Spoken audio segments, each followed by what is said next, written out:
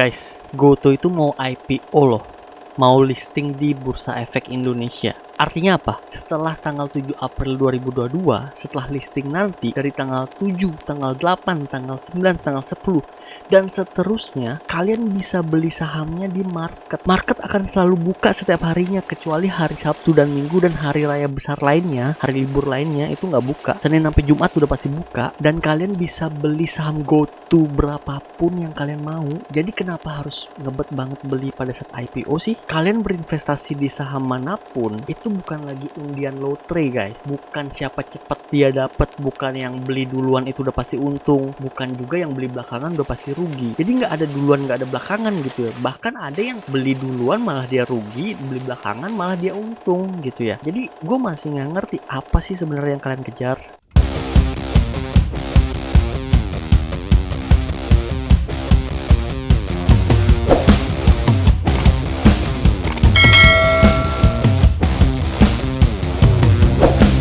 Oke semuanya, selamat datang di channel Sinswell Paradise, dan di video kali ini kita akan bahas secara simpel tentang IPO GoTo. Gua nggak akan jelasin secara ribet-ribet lagi karena berbagai media, analis, dan pakar saham udah ngebahas IPO GoTo secara detail, baik secara fundamental ataupun secara valuasi, itu detail banget dibahas. Jadi kalian googling aja untuk tahu gimana sih valuasi fundamental dari saham GoTo ini. Dan sebelum kita bahas panjang lebar, kalian boleh subscribe dulu di channel ini supaya kalian dapat info terupdate tentang seputar keuangan, investasi yang ada di channel ini yang kita bahas dengan cara gua lah dan teman-teman gua gitu ya. Jadi di subscribe dan tonton video ini sampai habis karena gua akan membahas perspektif lain dari IPO GoTo ini. Next, ada beberapa poin yang akan gue jelaskan di video kali ini. Yang pertama tentang pertanyaan, apakah saham GoTo setelah listing itu akan naik atau turun? Setiap ada pertanyaan kayak gini, gue selalu jawab, ya gue nggak tahu.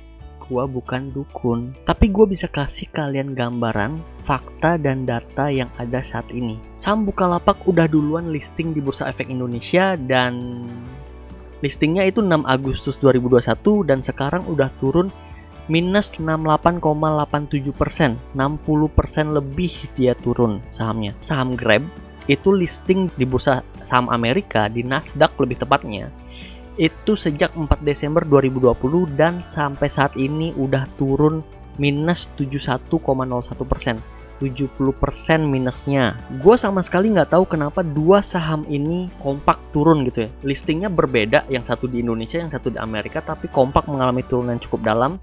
Tapi yang gue tahu, kedua saham ini saat ini masih sama-sama rugi.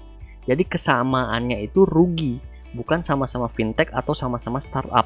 Buktinya Amazon udah laba nih di kondisi sekarang. Bukalapak sampai September 2021 masih rugi sekitar 1,1 triliun. Grab juga masih rugi sekitar 3,55 miliar US dollar atau setara dengan 51,07 triliun ruginya nih. Jadi lagi-lagi kesamaan dua perusahaan ini adalah sama-sama rugi, bukan karena mereka fintech atau startup. Karena ya di sisi lain ada perusahaan seperti Amazon gitu, setelah 6 tahun rugi sekarang mulai untung lagi gitu di tahun ke-6 gitu ya. Dan GoTo sampai rilis prospektus itu masih rugi sebesar 11,57 triliun, minus 11,57 triliun. Nah biasanya yang nanya ke gua bakal bilang kayak gini, tapi kan bisnis GoTo beda, ekosistem bisnisnya GoTo beda. Lu bisa beli satu perusahaan dapat 3, buy one get 3 katanya. Dan katanya valuasi saham GoTo masih relatif lebih murah dibandingkan saham Bukalapak yang PBV-nya 38 kali, sedangkan GoTo itu masih di kisaran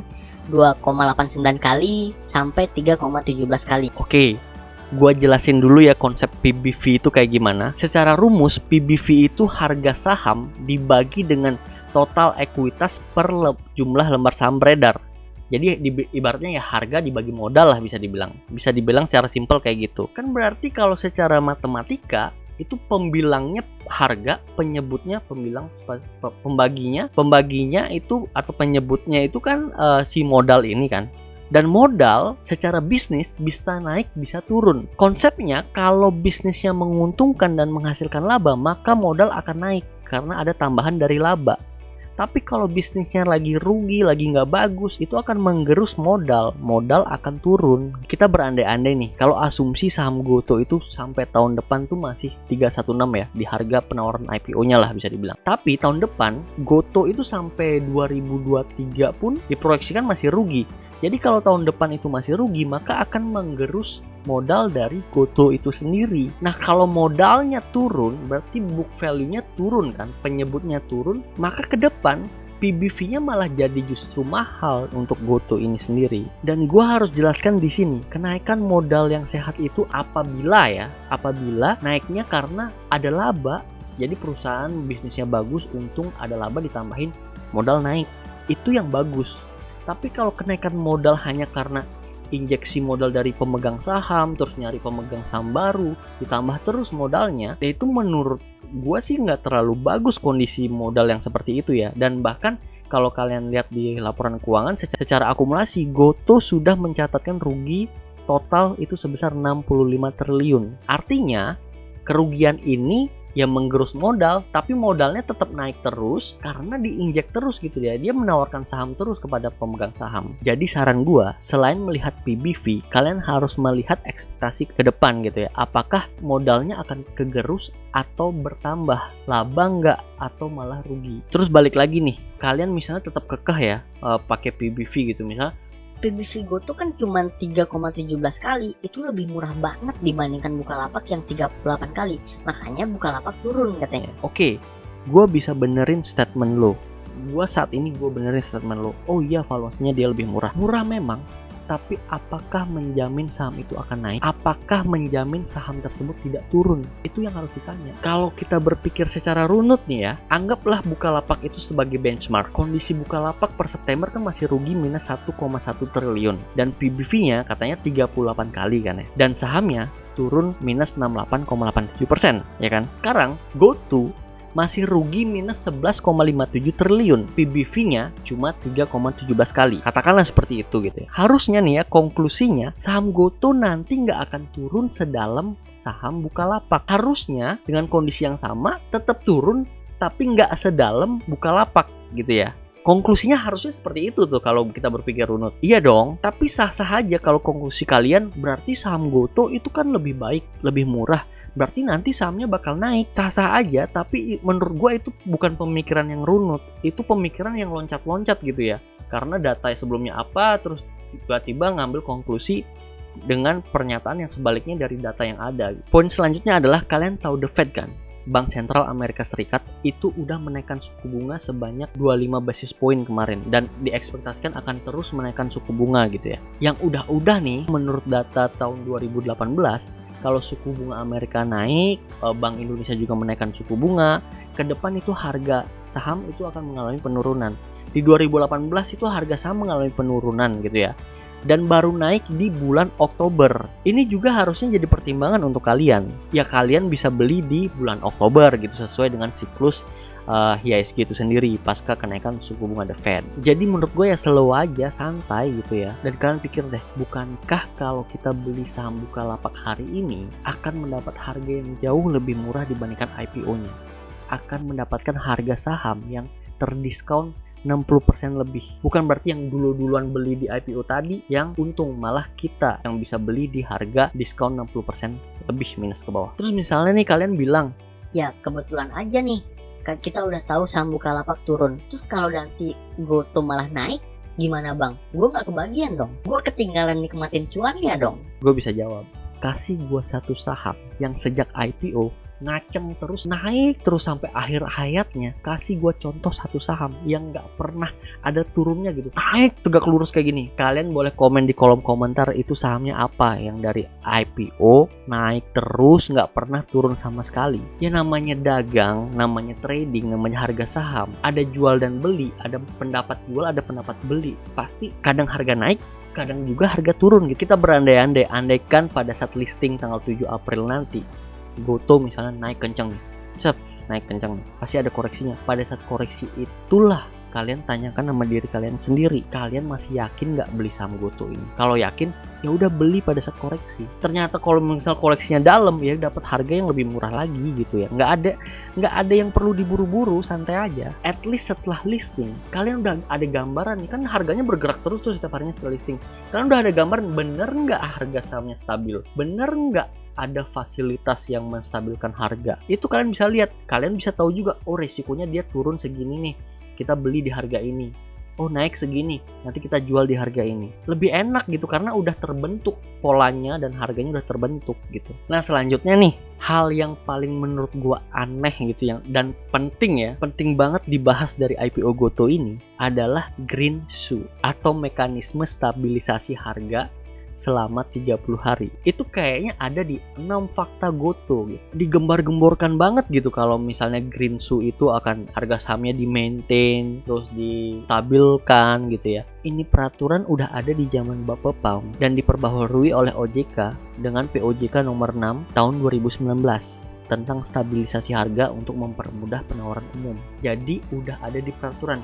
Yang namanya udah ada di peraturan, jadi bukan sesuatu yang wow, bukan sesuatu yang emiten itu bisa nih menstabilkan harga, jadi tenang aja, harga saham akan stabil gitu, nggak akan turun dalam, nggak juga. Dan itu hanya 30 hari, jadi nggak selamanya di maintain gitu. Jadi yang bikin aneh setelah digembar-gemborkan ini, seolah-olah alasan untuk beli saham GoTo itu adalah karena green shoe ini gitu. Kayaknya oke banget nih dengan fasilitas green shoe gini ya.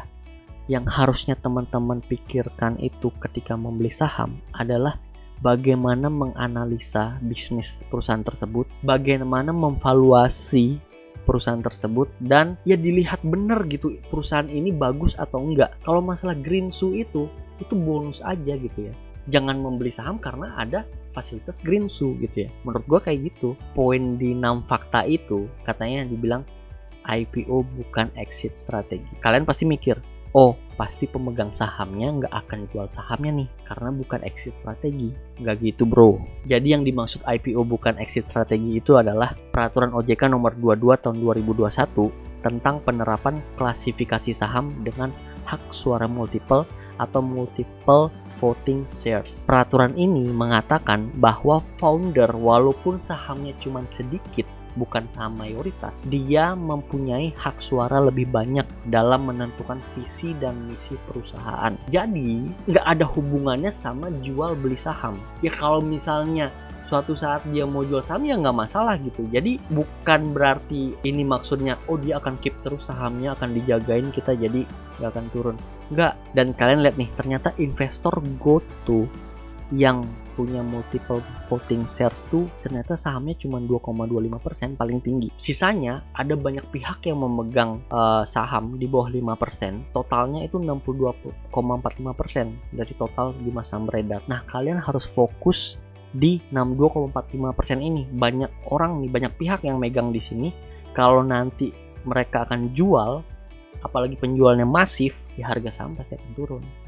Gitu konsepnya. Jadi kurang lebih begitu ya. Yang terakhir yang gua mau pesan, kalau kalian masih ngotot sakau nggak bisa tidur karena nggak punya saham GoTo, saran gua kalian boleh beli kok. Kalian boleh banget beli saham GoTo karena terlepas dari fundamental perusahaan yang belum optimal untuk saat ini, perusahaan fintech seperti GoTo ini akan menjadi perusahaan yang servisnya sangat dibutuhkan di masa mendatang, sehingga diharapkan fundamental perusahaan akan membaik seiring berjalannya waktu. Tinggal kalian tanya ke diri kalian, apakah kalian mau beli saham GoTo hanya untuk cuan sesaat, atau mau beli karena mau nemenin GoTo sampai kapanpun, nemenin GoTo dari nol sampai fundamental membaik, atau at least sampai GoTo nyatetin laba yang positif. Itu opsi kalian. Kalau cuma mau cuan sesaat, udah tinggalin aja, nggak usah. GoTo mau cari investor yang serius, nggak cuma mau enaknya doang. Untuk kalian, masih banyak, ada 700 perusahaan yang udah listing di Bursa Efek Indonesia, yang udah pasti untung dan udah pasti ngasih dividen ke kalian. Kalian tinggal pilih, nggak harus beli GoTo untuk jadi investor yang handal. Dan kalau kalian masih ngotot lagi, saran gua beli hanya 10% 10% dari total dana kalian. Jangan lebih dari itu, jangan maruk. Itu udah maksimal banget menurut gua. Anggaplah 10% dari dana kalian tuh untuk ngilangin rasa penasaran kalian buat ini saham GoTo ikutan nggak sih, naik nggak sih gitu ya. Anggaplah 10% aja gitu, nggak usah banyak-banyak. Dan kalau nanti harga saham GoTo turun, tentukan nilai cut loss kalian berapa, nilai stop loss kalian berapa. Atau mungkin kalian mau average down, terserah, tentukan di average di harga berapa. Dan kalau nanti harga sahamnya naik gila-gilaan, tentukan juga kalian punya harga jual di harga berapa nih, supaya kalian bisa ngebatasin risikonya seperti apa. Jadi jujur obrolan gua kali ini bisa jadi salah total, sangat salah, bisa jadi sangat salah. Dan mungkin GoTo ternyata harganya bisa naik gila-gilaan, dan gua salah gitu, skeptis banget dan harga sahamnya naik gila-gilaan, yang nggak ada yang tahu. Dan gua bukan dukun, sekali lagi. Cuma di video ini gua hanya memaparkan fakta, data, dan realita dari saham GoTo. Sisanya tergantung kalian. Lakukan analisa lebih detail secara pribadi, jangan bergantung sama omongan gua atau analis lainnya atau siapapun, pakar saham manapun. Lakukan analisis sendiri, riset sendiri, dan ambil keputusan sendiri. Sekian video kali ini. Jangan lupa subscribe, like, and comment, and share. Kalau memang video ini bermanfaat, kita akan kembali di video selanjutnya. See you. Bye semuanya. Bye.